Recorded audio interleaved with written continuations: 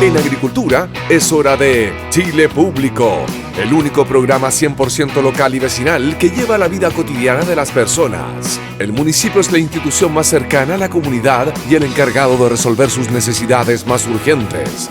Chile Público, un programa realmente descentralizado. Una presentación de Miski Mikui, gastronomía peruana y fusión. Conduce Jorge Andrés Pomar. ¿Cuándo escuchas esa cortina musical, amigo Luis Frailes, que comienza un nuevo capítulo de Chile Público? Programa que hacemos con municipios por Chile.cl, noticias realmente descentralizadas y por supuesto la nueva app de Radio Agricultura, donde nos escucha la gente. Vamos a ir a la zona centro y centro-sur del país. A ver, Valparaíso, Quilpué, Villa Alemana, Limache. En todos esos lados somos 92.5 en San Felipe, Los Andes. Calle Larga, 102.3 en la provincia de Chacabuco, Colina, Lampa, Tiltil y en toda la región metropolitana somos 92.1. Recuerda que la radio ahora también se ve, estamos en el canal 182 de Zapping TV, estamos también en Agricultura Plus, estamos en nuestro YouTube Live y en radioagricultura.cl. Ya está listo y dispuesto un amigo histórico de este programa, tantas veces lo tuvimos invitado, fue mi alcalde, pues yo soy vecino de la comuna de Colina, un histórico, vuelvo a decirlo, de la provincia de Chacabuco, de la comuna de Colina, llegó a la comuna el año 2000. Diciembre del 2000. Y 2 años atrás, por la ley, ¿no es cierto?, le tocó entregar el cargo a la actual alcaldesa Isabel Valenzuela. Bienvenido, Mario Lavarría, ¿cómo estás? Qué gusto tenerte acá. Muchas gracias, Jorge. Así con gusto estar acá en Radio Agricultura, donde vine muchas veces como alcalde, como presidente también, de la MUR, de la MUCH. Sí, así que muchas veces con acá. hartas instancias, siempre preocupado por el tema de gobiernos locales. ¿Qué es lo que más se echa de menos de ser alcalde? Después de tantos, 20 años, antes fuiste concejal. Sí, el trabajo con la gente, en realidad. Estar en contacto con la gente, uno logra una sintonía muy buena. Y lo demás, los proyectos, los proyectos, generar proyectos que después uno los ve hechos realidad y que son muy buenos para la ciudad. También es algo que uno echa de menos, porque uno está ahora en temas personales, como cualquier persona trabajando. La municipalidad tiene ese privilegio de ser alcalde, de poder gestionar proyectos que van en directa relación con la calidad de vida de los vecinos. Entonces, crear un estadio, hacer un edificio para la municipalidad o para un centro del emprendedor o para temas sociales, un parque, qué sé yo, todo eso es una satisfacción muy grande cuando uno lo logra, que uno sabe el peso que tiene. Así que tal vez esas son las cosas, pero el contacto con la gente en realidad, eso es más, porque hoy día estoy más dedicado a mi oficina, entonces no hay mucho esa cosa diaria que uno tenía muy enriquecedora. Fíjate que, bueno, los días lunes con los panelistas Felipe Alessandri y Johnny Carrasco, de repente, que ellos están desde que salieron de ser alcaldes, se vinieron de panelistas para acá. Y me contaban que, por ejemplo, no sé, pues empezaba a llover, y como que se paraban de la cama y agarraban el teléfono y la señora los miraba así como, ¿qué te pasa? No, y como que caían en cuenta que ya no tenían que ir. Felipe me ha pasado muchas veces. Y Felipe también dice que de repente entraba a una reunión que por supuesto él no era el protagonista y se sentaba en la cabecera. Mira como y lo empezaban a mirar y este gallo que se sienta acá. Bueno, pasan esas cosas de todas maneras. Y cuando hay incendios, por ejemplo, yo siento debería estar ahí. O algún tema, el invierno que fue con las lluvias, todo eso, lo mismo. O sea, yo de repente escucho a Felipe y a Johnny, a quien les mando un saludo muy grande, y me siento reflejado, porque es la verdad, pues nos pasa a todos. Pues, son muchos años además, Jorge, que uno estuvo metido. Yo me acuerdo, estaba jugando tenis, me acuerdo, y un incendio en un colegio. Se acabó el partido de tenis, partía para allá. Los fines de semana. Yo por primera vez este año, dejé hace 2 años el alcalde, salí fuera un 18 de septiembre. Por primera vez, después de 22 años. Y me sentía raro. Dije, pero ¿cómo no estoy en la fonda? Eso no, nada. Entonces es una adaptación que cuesta, pues si no es fácil el cambio de unos años de haber sido alcalde a estar ahora como un ciudadano común y corriente. ¿Qué opinas de, alguna vez parece que lo conversamos, de esta ley finalmente que obligó a muchos alcaldes a abandonar sus cargos luego de 2 reelecciones o los que llevaban más tiempo, como fue tu caso. Porque aquí hemos tenido diversas opiniones. Por un lado, algunos dicen se le está metiendo la mano a la urna, pues si la gente lo quiere seguir religiendo, bueno, es parte de la democracia. Otros dicen que en territorios tan pequeños como, entre comillas, como pueden ser las comunas, inevitablemente se generan relaciones medias clientelares también con los vecinos. No solamente porque a lo mejor el municipio va y apoya a un vecino, sino porque después de tantos años también hay un tema a veces emocional, de amistad con muchos vecinos, etcétera, etcétera. Otros dicen que es bueno ventilar el municipio. En fin, hemos escuchado de todo. Después de 2 años fuera, ¿es bueno, es malo? ¿Te ha cambiado un poco la opinión que cuando tocó finalmente esa ley? Mira, yo creo que efectivamente la ley es buena, ¿no? Le he dado harta vuelta al asunto. Yo era incumbente, así que como que podría perfectamente decir no, es mala la ley, creo que meter la mano a la urna, todas esas cosas, argumentos que pueden haber. Pero la verdad que yo creo que es sano estar un tiempo máximo, digamos, en el cargo. Para cualquier autoridad.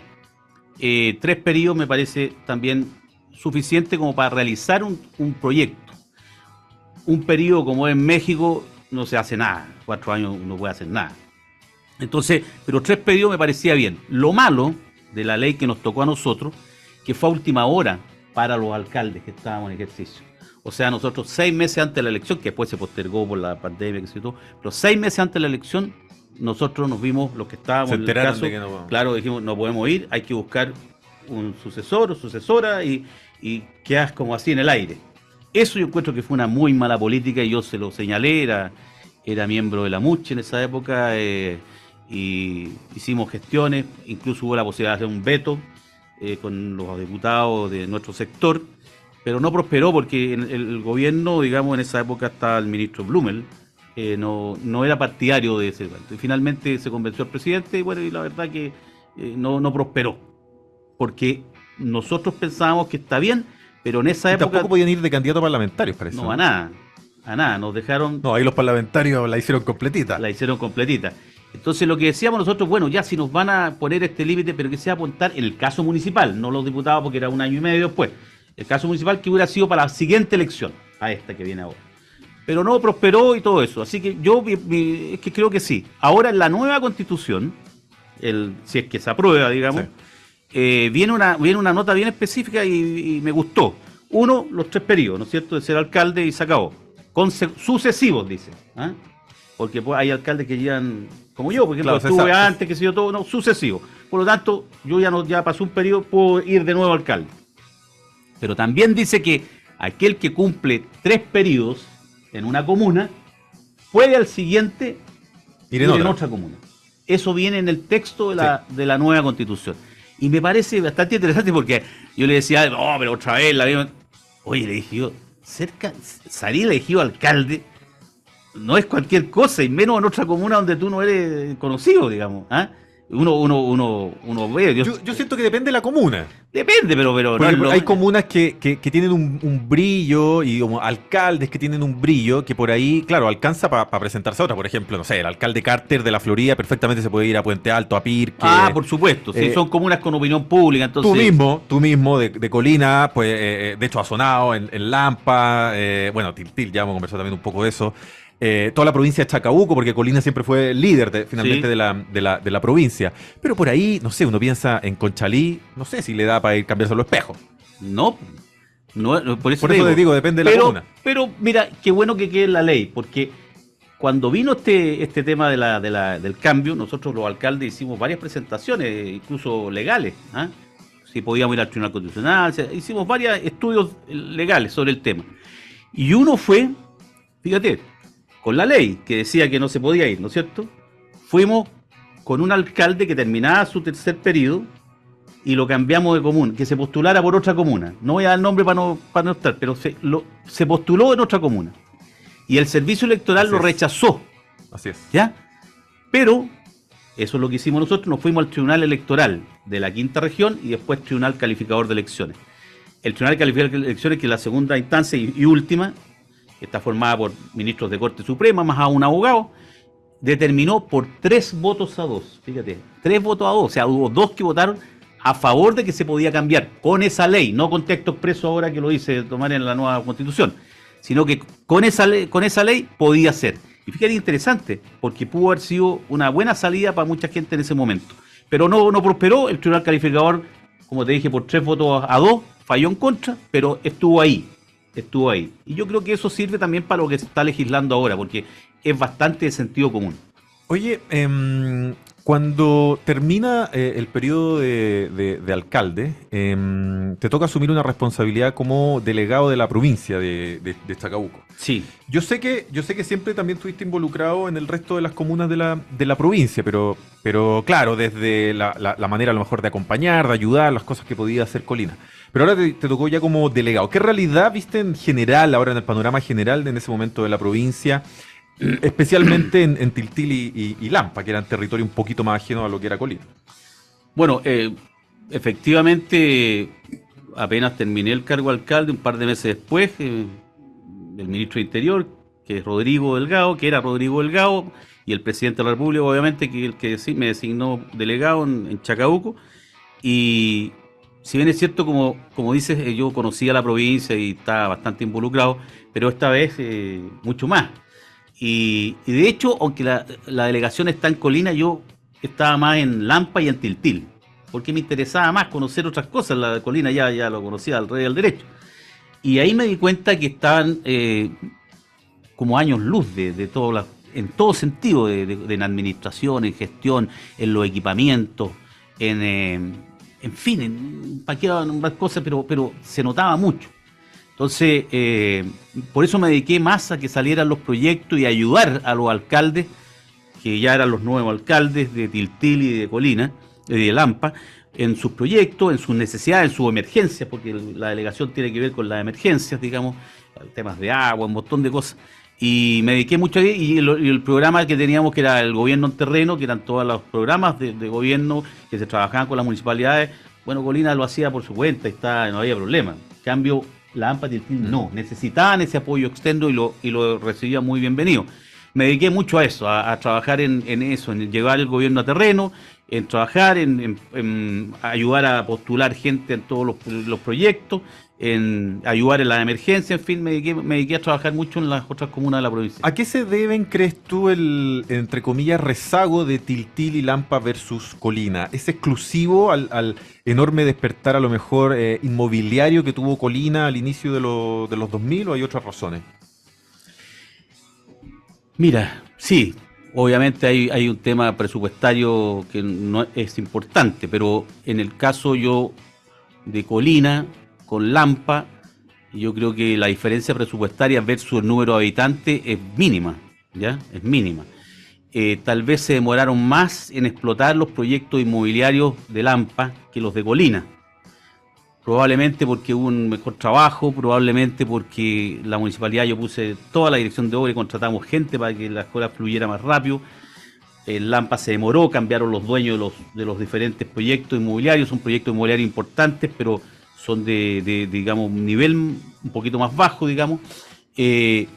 Por lo tanto, esa parte como que ha costado mucho. Lampa no se ha invertido, en Colina sí se invirtió en la conectividad, la radial nororiente, por ejemplo, un paso muy importante, los Libertadores también, pero también al interior de Lampa las salidas que tiene un problema muy complicado. Tiltil está más alejado, tiene menos habitantes. Tiltil yo diría que es una realidad muy, muy distinta a las otras dos. Sí es conocido por ser una zona, le dicen, de sacrificio, sí, porque ahí está el relleno sanitario más grande de la región metropolitana, porque ahí a las chancheras, pero la verdad que es tan grande el territorio, que en este momento, ojo, están los niños sin clase, el alcalde de Valenzuela a eso voy yo, pues. Entonces yo creo que son malas excusas para no desarrollarse. Yo digo, estas dos comunas han tenido un problema de gestión importante, ¿ya? En el caso de Tiltil ahora hemos sabido, yo creo que, bueno, no me gusta hablar mal de los alcaldes, pero creo que es una locura lo que hizo el alcalde de Tiltil, ¿eh? O sea, dejar sin clase por una decisión de él, digamos, a 2.000 niños. Como una forma de Más de presión, 2.000 niños. como una forma de presionar para que el gobierno le pasara plata. Bueno, yo creo que es algo, no sé, hasta atentatorio contra los derechos humanos de esas familias. Pero bueno, a mí no me cierra por ninguna. Estratégicamente es mala idea, políticamente, o sea, electoralmente. yo lo miré y dije, este señor, no sé cómo los concejales no le piden nota hablando no derecho, o cómo el Ministerio de Educación no intervino, porque puede intervenir muchas veces. Me acuerdo Cerro Navia, que le pidió al alcalde en esa época, Luis Plaza, que le interviniera en los colegios porque no podía soportar, y el gobierno lo hizo. Tiene facultades de excepción. Yo no sé si la corporación, porque se está aplicando la ley en Tiltil de los servicios locales de educación o no, en este momento en Colina no, pero en Tiltil no lo sé. ¿Cómo no tienen facultades para eso, para parar esa locura? Bueno, me parece que eso es lo peor. O sea, lo que se hizo ahí habla mal de lo que son las gestiones. Habla muy mal de la gestión. En ese momento yo no lo entiendo por ninguna parte, porque como si uno quisiera verlo por el lado político de los votos, por ejemplo, que uno tiene esa, de repente mira las cosas así como algo obvio, o sea, se echó a toda una comunidad encima. Estaban los monitos del alcalde colgados en los pórticos del TAC la semana pasada. O sea, imagínate. No, yo no sé si lo asesoraron bueno, lo pésimamente asesoraron, porque eso no se hace. Ojalá que lo revierta rápido y sigan trabajando, porque Tiltil es una comuna que es bien deficitaria, como digo, tiene estos problemas que la ven, pero también es una comuna con una riqueza enorme para hacer cosas, en turismo, cosas que no tienen las otras. ¿Ya? Está toda la zona de Caleu, la combinación, el traspaso de la Cuesta de la Hormiga, tiene un lugar que es maravilloso. De Manuel Rodríguez. La ruta histórica tiene mucha minería, entonces la gente sabe, aparte las tunas, tiene minería, tiene cosas muy... Mira, cuando vaya el tren Santiago-Patuco y el metro interurbano, que esperamos que llegue hasta Tiltil, hay una estación que es Rungue, Sí. que fue una famosa estación del tren al norte antes. Y esa estación sigue existiendo, es un pueblo que nace con la estación de ferrocarriles, ¿ya? Es como Estación Colina, que uno dice que Estación Colina está en Lampa, pero resulta que uno va, hubo una inundación para las lluvias y las casas son de ferrocarriles, las que están ahí. Entonces, ferrocarriles, y eso si se recupera, esas estaciones, puede ser un lugar turístico muy bonito. Entonces, la gente no sabe esas cosas y tiene un potencial enorme.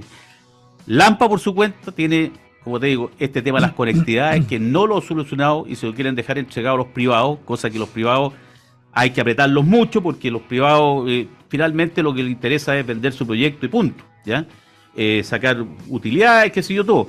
La cosa pública, ahí está el Estado, pues tiene que trabajarse desde el principio. Entonces, Lampa tiene ese problema de la conectividad. Uno se demora mucho desde la ruta 5 hasta llegar al municipio, con un camino que está arreglado, pero tiene una pista por lado, y se demora 14 kilómetros, puede demorarse hasta hora y media, 2 horas en llegar de ahí. Sí. Entonces es una locura. La gente eso la tiene muy complicada, y el tema de la conectividad y el tema del transporte público, que en general es un problema en todas las comunas que son rurales. El transporte público está solucionado, entre comillas, en el Transantiago, lo que es Anillo, Abrigo, Vespucio, hacia adentro, con el metro, con los buses Transantiago, en fin, con todas. Pero en cambio las zonas rurales, no. Existen estos proveedores de servicios que son los buses X, que hacen el traslado, que cobran una tarifa, la que ellos determinen junto con la Seremi de Transporte, y bueno, pueden ponerse horarios, cosas, pero no tienen no son restringidos en ese sentido. No tienen normas muy precisas, por lo tanto... No, vemos gente todavía que va de pie, en la autopista de los Libertadores camino al metro, la gente de pie arriba al bus. Bueno, eso es lo que me hizo a mí, por ejemplo, en el caso Colina, que teníamos casi hoy día, deben haber 15.000, 16.000 alumnos, hay 50 buses en la corporación que va y lleva a dejar a los niños, porque si no, no llegan con los transportes. Los alcaldes tienen que ir siendo creativos en eso, postular proyectos también. Todos sabemos que son comunas que no son ricas, por lo tanto no tienen plata, entonces hay que tener una batería, el lugar de la SECPLA, que se llama la Secretaría de Planificación, destinada a generar proyectos, y así postular y ir ganando proyectos. Eso es lo que, por lo menos modestamente me tocó hacer en Colina. Colina era igual, Colina una comuna chiquitita, una municipalidad de porte, de madera, antigua, que se caía. Y bueno, y se fueron haciendo las cosas porque había que hacerlas, ¿ya? Y se pudo incrementar los fondos para poder contratar profesionales que eran los que hacían los proyectos y podíamos mantener, ir haciendo los equipamientos que corresponden. Oye, Mario, ¿qué pasó en términos políticos en la última elección? Porque la provincia de Chacabuco tenía, bueno, en tu caso un alcalde UDI en Colina, una alcaldesa RN en Lampa, un alcalde independiente pro Chile Vamos, como Nelson Orellana en Tiltil, que en paz descanse, murió en el ejercicio del cargo. Y después, claro, vino esta elección que de todas maneras tiene la particularidad que fue de la mano con los convencionales, ¿no es cierto? Y el péndulo iba hacia la izquierda en general y se perdieron en muchas comunas. Pero aparte de eso, ¿hay alguna lectura política también? ¿La provincia a lo mejor quiso virar a otro lado? ¿Ahora el péndulo viene de vuelta? ¿Cómo lo ves? No, yo creo que mala elección de candidatos, nomás, nada más. O sea, esa es la verdad, porque los votos son los... prácticamente pueden hacer un movimiento pendular, pero las comunas en general votan por personas, no es tanto el tema político, ¿ya? No así como los convencionales, los convencionales uno decía, republicano a razón, la última, ¿no es cierto? Y la gente yo creo que nunca conoció al candidato y votó por él porque esa era la marea que iba para allá. Pero los alcaldes no, los alcaldes la gente vota por su alcalde. En el caso de Colina, yo no podía ir a la elección y yo me preocupé de poner una persona, digamos, que lograra ganar, a pesar de que tuve un candidato que era ex RN, o sea, Chile Vamos, que fue por fuera. Sí. ¿Ya? Y aún así logramos ganar. Así que yo, satisfacción, misión cumplida, dejé a la persona para poder seguir trabajando en lo que era nuestro plan, nuestro proyecto. En el caso de Lampa, hubo una mala elección de candidato. En el caso la alcaldesa no podía ir y llevó a su hijo. Y en el caso de el otro candidato que había más peso pesado, que el core Carlos Escobar, que sí, acaba de renunciar, también llevó a su hijo. Entonces fue la pelea de los hijos de. En Tiltil también, pues. Y los hijos de, finalmente apareció uno por el medio y ganó, ¿ya? Que es un independiente más vinculado al Frente Amplio, digamos, o al Partido Socialista, no sé en qué parada está ahora, pero por ahí, digamos. Y salió así, y nadie sabe cómo, pero salió. Producto, como yo digo, de la mala elección de candidatos, que es muy importante. Y lo otro, en Tiltil, claro, pasó lo mismo, murió Nelson, desgraciadamente. Lo reemplazó una concejala UDI, Eva, sí, la señora Eva, y que ella no quería ir de candidata. Y fue su hija. Ganó la primaria. Ganó la primaria, sí. Bueno, ahí te hace ver que las primarias son ahí nomás, son manejaditas. A mí nunca me han gustado las primarias famosas, a pesar que están en la ley, pero no me gusta. En Chile funciona más o menos, porque hay mucho, el que tiene el cargo que incumbente puede movilizar gente. Es una elección tan pequeña, votan 2 personas. Vota al 5%. Claro, entonces se va para la casa el que no. Mira, es un incentivo a que las personas que quieran ir y que saben que no los van a llevar, vayan por fuera. Que eso es lo que pasó al final, y en Tiltil ganó entonces el Frente Amplio también. Un Frente Amplio, Luis Valenzuela, que era un concejal de esa época, profesor, y que hoy día está alcalde, que es el que hizo esta maravilla de cerrar los colegios. Mario, finalmente la semana pasada apareció en distintos medios que habías renunciado a la UDI y tu nombre suena para competir, pues ya estamos en tiempos municipal y de candidatura, suena para competir tanto en Lampa como en Colina. Yo sé que los medios dan para todo, así que dijimos, bueno, tengámoslo de fuente directa. Mira, yo he estado, como dije, trabajando en mis cosas privadas. Sin embargo, el bichito de lo público y sobre todo el cargo de alcalde que me apasiona a mí, sigue vivo y sigue vigente. Estoy bien de salud y dije, me han pedido que vaya de candidato. Y eso decidí, ir de candidato. El dónde todavía no tengo. Lo lógico, ¿cierto? Te dicen es que vaya por Colina, que es mi comuna, que sé yo todo. Pero bueno, yo dejé una alcaldesa ahí también. Entonces es como, son luchas medias fratricidas en el fondo. Yo sé que me iría bien, pero estoy en duda con ese tema por lo mismo, porque yo estoy en esta cosa pública y sobre todo en un cargo como alcalde por generar proyectos, por tirar para arriba una comuna, por darle mejor calidad a la gente, por todas esas cosas que son parte y yo creo que eso se materializa más en una candidatura por otra comuna.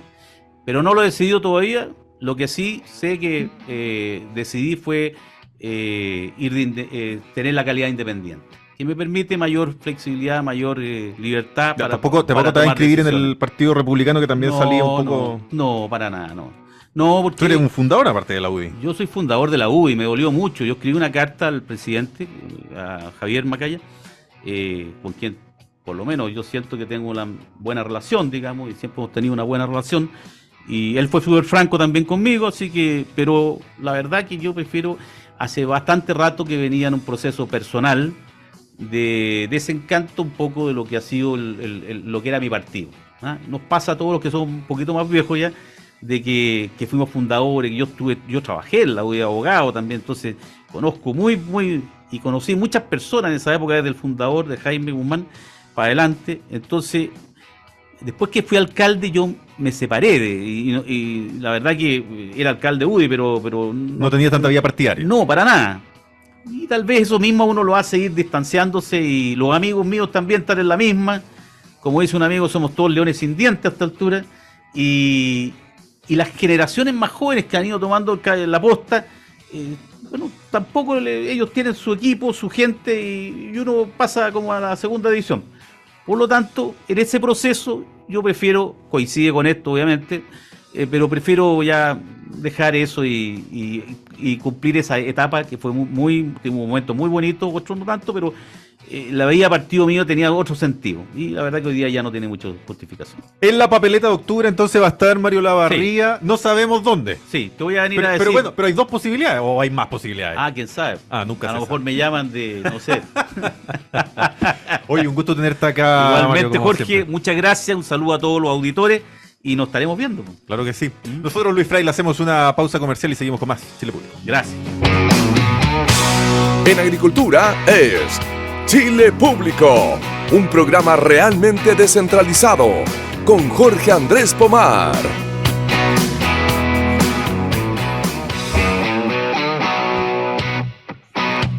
Municipios-por-chile.cl, el único diario digital de noticias 100% locales, 100% municipales. Descarga la app de Radio Agricultura, así puedes escuchar este y todos nuestros programas desde cualquier lugar de Chile y el mundo, como se hace muy fácil. En tu celular ingresas a Google Play y Apple Store, escribes Radio Agricultura, descargas y listo. Con la app de Agricultura siempre estaremos contigo donde quiera que vayas. Con la app de Agricultura yo es que veo Historia, Libro y Bandera. El mejor programa de Agricultura TV, conducido por nuestro panelista habitual, el profesor Alejandro San Francisco, profesor de la Universidad Católica, de la Universidad San Sebastián, doctor en Historia de Oxford y director de formación en Red Pública. Por supuesto, bienvenido aquí a Chile Público. Muchas gracias, don Jorge Pomar. Un agrado para mí estar acá, pues. Hemos tenido... Se nos va octubre. Se nos va octubre. Hemos tenido una maravillosa conversación a lo largo de este año de lo que fue un poco el itinerario, ¿no es cierto?, hasta llegar al 11 de septiembre. Y nos fue tan bien que dijimos, bueno, sigamos. En la última vez que estuvimos contigo, conversamos un poco los 4 o 5 años siguientes, ¿no es cierto?, a lo que fue el golpe del 11 de septiembre de 1973. Un poco lo que fue el papel de la DINA en desmantelar a la cúpula del MIR, perseguir los militantes, y así también con el resto de los partidos marxistas, puntualmente diría el Partido Socialista, el Partido Comunista, el MAPU. Y con eso rápidamente se acabó cualquier tipo de oposición y cualquier tipo de pretensión de hacerle frente finalmente al gobierno militar. Y también conversamos, que va a dar pie a la conversación de hoy, Alejandro, es que yo decía, recuerdo en el programa pasado, no sé si los militares tenían conciencia de la revolución que iban a empezar el 11 de septiembre de 1973.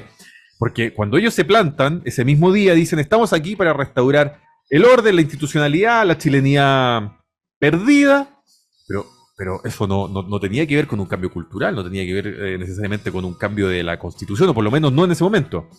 Pero tú muy asertivamente me replicaste y dijiste, no, pero Jaime Guzmán ya estaba en esa. Él ya sabía finalmente que era el momento, la oportunidad, no sé, de no solamente un cambio de gobierno, o el término de un gobierno, o como diría el general Lee, de extirpar el cáncer marxista. Esto tenía que dar pie a una regeneración completa, finalmente, de la República. Y a eso apuntaba finalmente entonces la Constitución de 1980. Muy completa introducción. Mira, efectivamente los militares cuando asumieron tenían un objetivo que uno podría llamar casi único, que era de poner al gobierno del presidente Allende, y lo que declararon era que procuraban restaurar la chilenidad, la justicia y la institucionalidad quebrantadas. Y sobre el tiempo que duraría este gobierno excepcional, era por el solo lapso que las circunstancias lo exijan.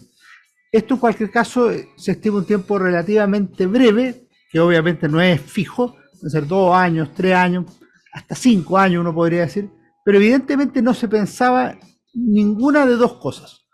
Uno, que el gobierno iba a durar 16 años y medio. Y dos, que el gobierno iba a ser fundacional en el ámbito constitucional y fundacional en el ámbito económico y social, como efectivamente fue. A mí me parece que es claro que el general Pinochet, el almirante Merino, el general Lee y el general Mendoza no tenían un programa de gobierno al llegar a la moneda. Y si se fueron haciendo eco de otras ideas, fue en parte porque advirtieron que la crisis era más profunda de lo que habían pensado, de lo que habían estimado. Pero si tú miras, por ejemplo, el primer gabinete, hay señales contradictorias. El primer gabinete es exclusivamente militar. No hay ningún civil.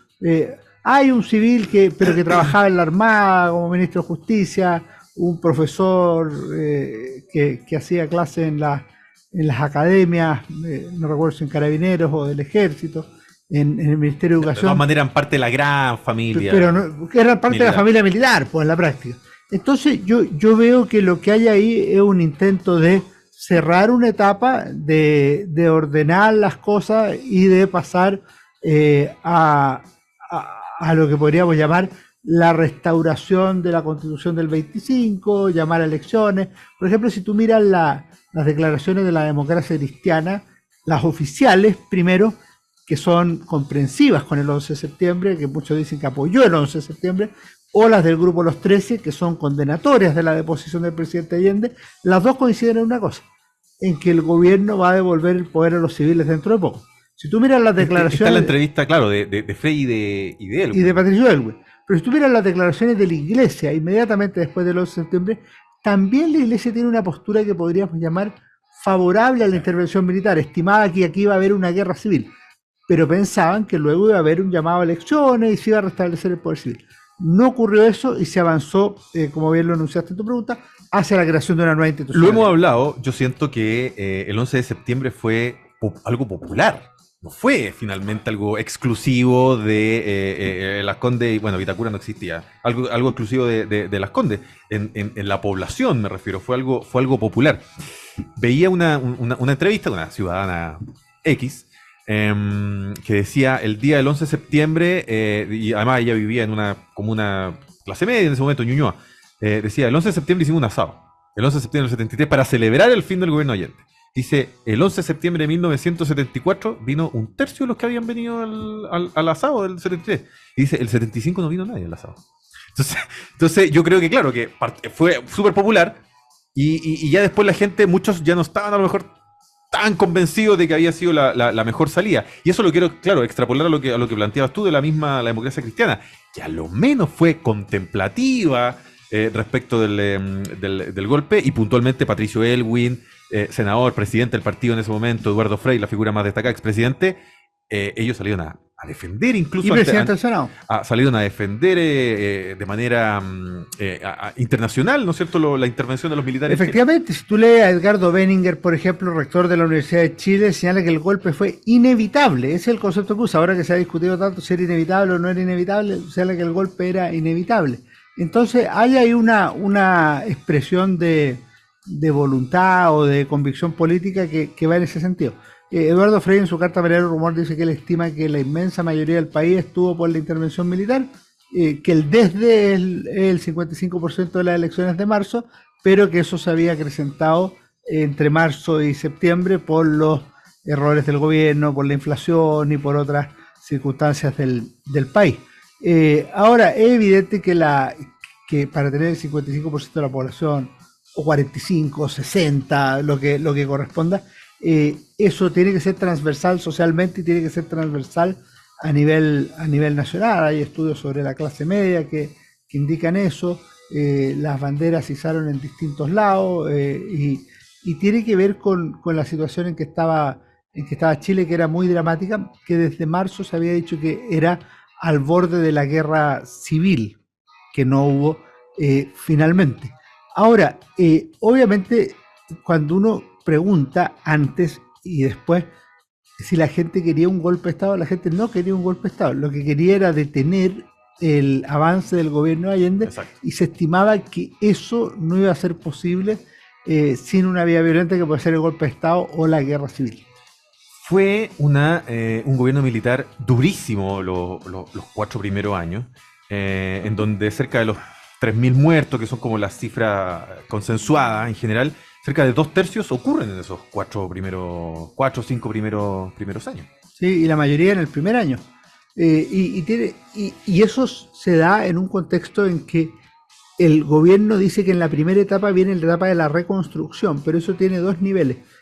Por un lado, efectivamente, es ordenar las bases económicas del país que están muy dañadas, pero por otro lado es la etapa de mayor represión. O sea, si tú te fijas en lo que mencionaste de los dirigentes del MIR, del Partido Socialista y del Partido Comunista, eso se da prácticamente hasta 1976, que es muy... después obviamente sigue un régimen dictatorial y los partidos marxistas siguen proscritos, los demás partidos están prohibidos, pero la democracia cristiana tiene una cierta flexibilidad de participación, pero los primeros 3 años evidentemente son los más duros respecto de la oposición, particularmente la de este movimiento fuera de la Unidad Popular que es el MIR, y de los 2 partidos clásicos grandes de la izquierda, que son el Partido Comunista y el Partido Socialista. ¿En qué momento o qué acción crees tú que desencadena el proceso o el convencimiento de que es necesario refundar Chile constitucionalmente de parte de la Junta Militar? A mí me parece que esto es progresivo, pero si tú miras, ya en 1973, el 13 de septiembre, se anuncia la creación de un órgano constituyente, de la Comisión de Estudio de la Nueva Constitución. Obviamente el Poder Constituyente lo tiene, así lo dice, la Junta de Gobierno, no lo tiene esta Comisión de Estudio, pero la Comisión se va a abocar a estudiar esta Constitución. Alguna función cumple en ese sentido también el Consejo de Estado, que es del año 76 y que preside Jorge Alessandri. Y ahí hay un trabajo que es bastante sistemático, en varios tomos están contenidas las discusiones, y hay personas que estarían del mundo tradicional político, pero en 2 sectores, en el sector político demócrata cristiano, Juan de Dios Carmona, por ejemplo, o en el sector político nacional o conservador, como sería el caso, por ejemplo, de Sergio Díaz. Hay otros que vienen del mundo académico, gremialista, en el caso de Jaime Guzmán, otro Raúl Bertelsen, que será posteriormente rector y tendrá otra función importante a nivel constitucional. También están 2 destacados juristas demócratas cristianos, Alejandro Silva Bascuñán y Enrique Evans de la Cuadra, 2 mujeres muy importantes en el periodo, Luz Bulnes y Alicia Romo, es decir, Jorge Ovalle, un radical, o sea, tiene una pluralidad dentro de los que se opusieron a la unidad popular. Hay ahí esa diversidad. Luego renuncian Silva Bascuñán y Evans por la proscripción de los partidos políticos, y también Jorge Ovalle, y esto es lo que permite la renovación de este órgano. Eso sigue funcionando permanentemente hasta el año 78, y ahí está permanentemente también la vocación de crear una nueva constitución. Pero si tú me dices el ánimo fundacional, ¿dónde se manifiesta claramente? A mí me parece que hay 2 hitos que son muy, muy decisivos. Primero, el año 75, cuando el ministro Jorge Caguas, en abril, anuncia el plan de recuperación económica. Eso es una decisión muy clara hacia la libertad económica y hacia la reducción del tamaño estatal, el control de la inflación y otros. Ya estaba ahí Sergio de Castro, un hombre clave en el gobierno, que era ministro de Economía, pero que al año siguiente, el 76, asume como ministro de Hacienda. Y el año 78 se forma el gabinete civil, con mayor integración de civiles, que encabeza Sergio Fernández y que va a ser la cabeza en el plebiscito de 1980. Eso también, Alejandro, siempre ha sido materia de mucha discusión, y que uno piensa, bueno, yo no tengo mayores antecedentes al 11 de septiembre de 1973 de haber escuchado, leído a Augusto Pinochet, no sé, defender la economía de mercado, defender una economía liberal. Entonces también uno dice en qué momento se casó. porque esto no fue un acto de un par de días. Él terminó casado con un modelo que incluso te diría que fue especialmente duro en términos capitalistas frente al resto del mundo. O sea, si queríamos ser capitalistas, nos transformamos en el reino del capitalismo. Sí, Pinochet no tiene escritos económicos que podríamos llamar de carácter liberal.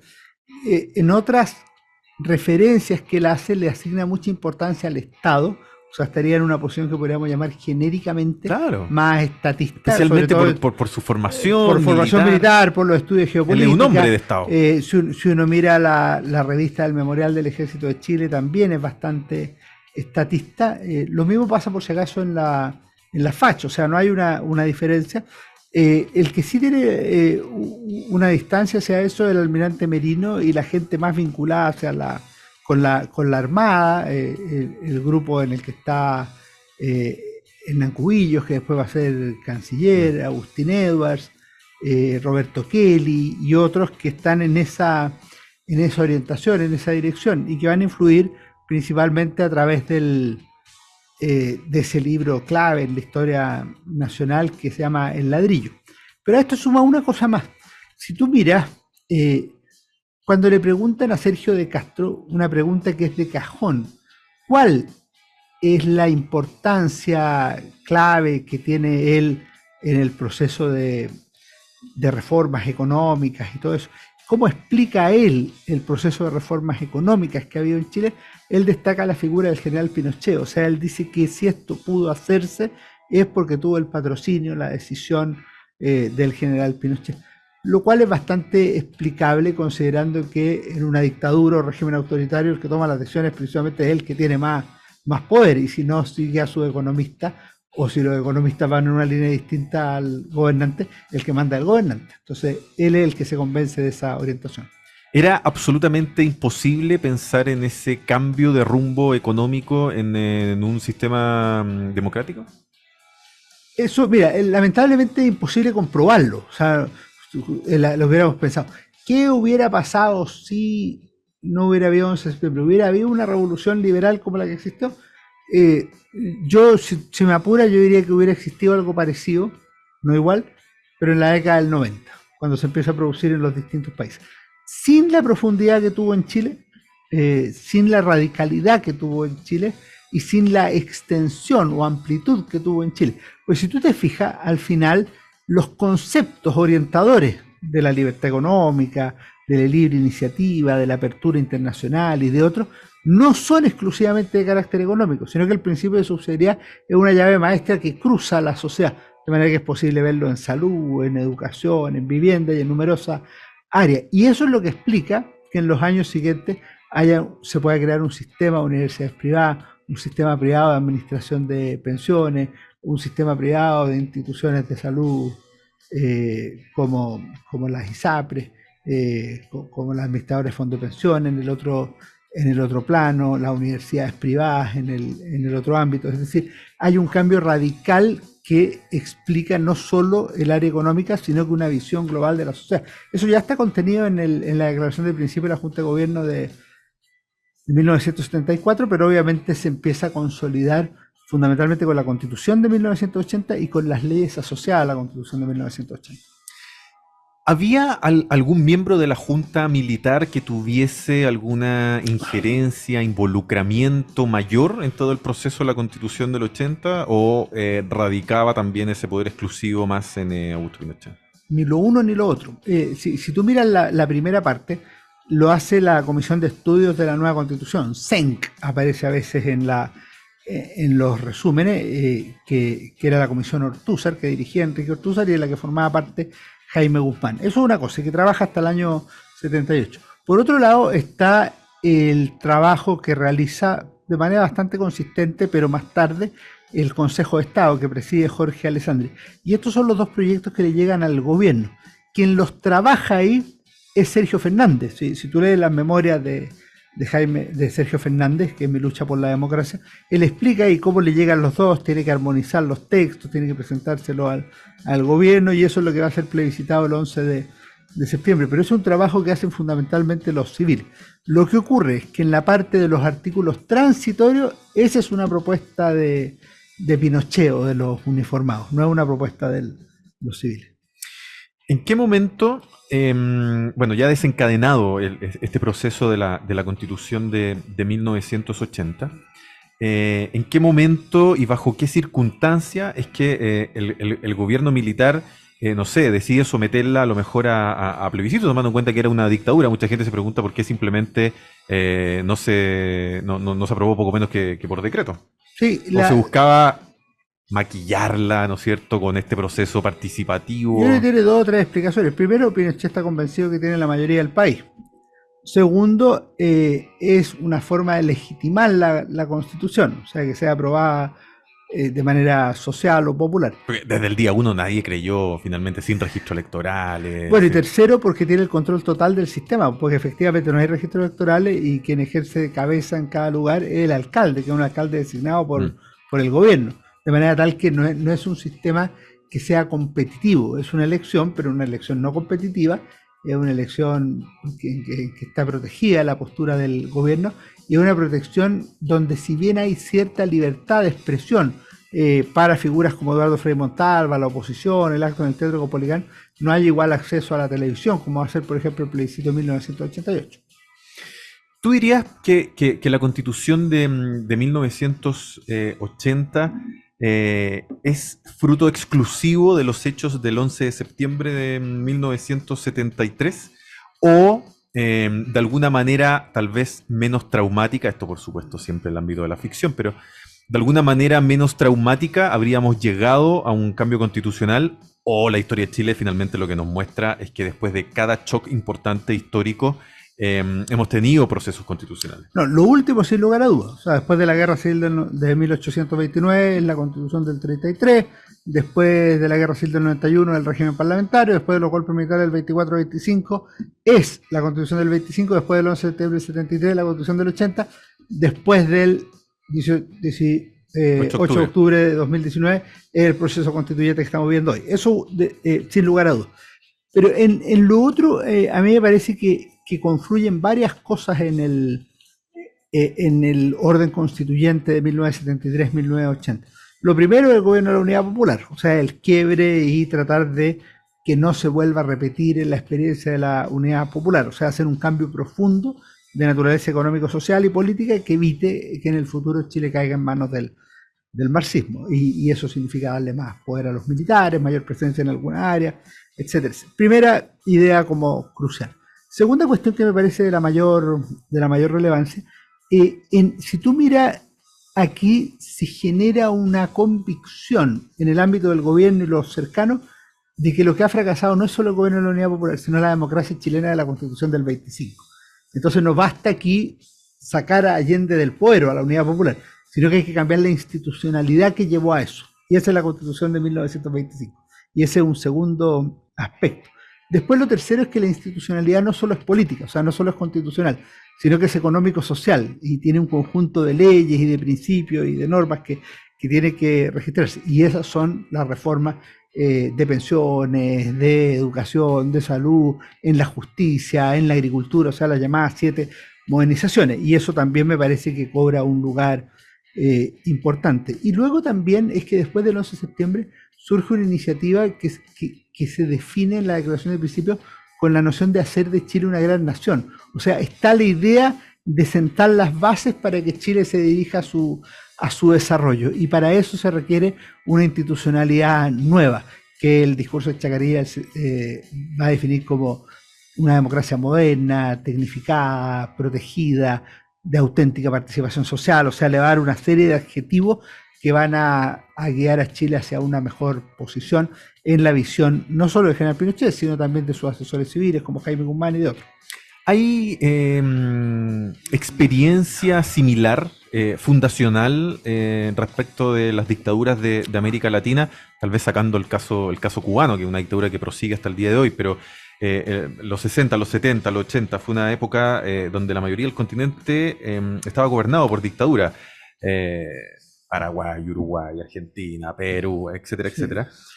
¿Hay alguna experiencia fundacional ¿Similar a la chilena? Ninguna tiene el cambio con la radicalidad y profundidad que tiene el régimen militar chileno. Algo podría haber alternativo en el gobierno de Velasco Alvarado en Perú. Los demás regímenes a mí me parece que viene del mundo de la izquierda, además. Que viene del mundo de la izquierda, sí. Los demás me parece que son gobiernos más contestatarios a la amenaza comunista en América Latina. Al enemigo interno y todo eso. Si yo tuviera que compararlo con algo, con todas las diferencias que tiene, me parece que sería más cercano a lo que es el sistema o el régimen del general Francisco Franco en España. Oye, y última pregunta, Alejandro. La mirada de Estados Unidos, que tanto tuvo que ver en toda la previa también del 11 de septiembre de 1973, ¿tuvo alguna acción, opinión que pudiese reflejar su mirada respecto a la Constitución de 1980? Sí, la visión de Estados Unidos va cambiando y va cambiando fundamentalmente por dos cosas. Una, por la violación a los derechos humanos, y dos, por el cambio de mano en los Estados Unidos. O sea, el fin de la era de Richard Nixon y de Ford, y su reemplazo por Jimmy Carter, que es un decidido anti-Pinochet, anti-junta de gobierno, y que tiene vínculos, él y su sector político, con líderes de la democracia cristiana, incluso de la izquierda chilena, lo llevan a tener una posición distinta. Y obviamente en ese sentido no les gusta la forma de transición a la democracia que está estipulando el régimen chileno en 1980. Porque no solo la Constitución de 1980 sostiene tres cosas. Primero, una constitución política para la República de Chile, que es como lo más obvio y lo que en alguna medida rige hasta hoy con la reforma del presidente Ricardo Lagos y las del 89. En segundo lugar, rige un periodo de transición, que es el de 1981 a 1989-90, según cuáles sean los resultados del plebiscito. Y una tercera cosa es que define que el presidente para ese periodo va a ser el general Augusto Pinochet. Entonces define tres cosas en una. Eso no le gusta al régimen, al gobierno norteamericano. Pero ojo, ese mismo año 80, piensa tú que el plebiscito fue fue en septiembre de 1980, el 11 de septiembre de 1980, el 4 de noviembre hubo elecciones y triunfó Ronald Reagan. Entonces se produce nuevamente un cambio en los Estados Unidos, que podríamos definir como en una primera etapa más amable hacia el gobierno chileno, y en la segunda, del 85 en adelante, bastante más crítico y favorable a una transición a la democracia, con una figura crucial que es el embajador Harry Barnes. Alejandro San Francisco, doctor en Historia, profesor de la Pontificia Universidad Católica, también de la Universidad San Sebastián, director de formación en Res Pública. Como siempre, un agrado, un privilegio que venga aquí a vernos a Chile Público. Muchas gracias, don Jorge Pomar. Nosotros, Luis Fraile, nos vamos con municipios.chile.cl, noticias realmente descentralizadas y la nueva app de Radio Agricultura. En Agricultura fue Chile Público, un programa realmente descentralizado. Una presentación de Miski Mikui, gastronomía peruana y fusión. Conducción, Jorge Andrés Pomar.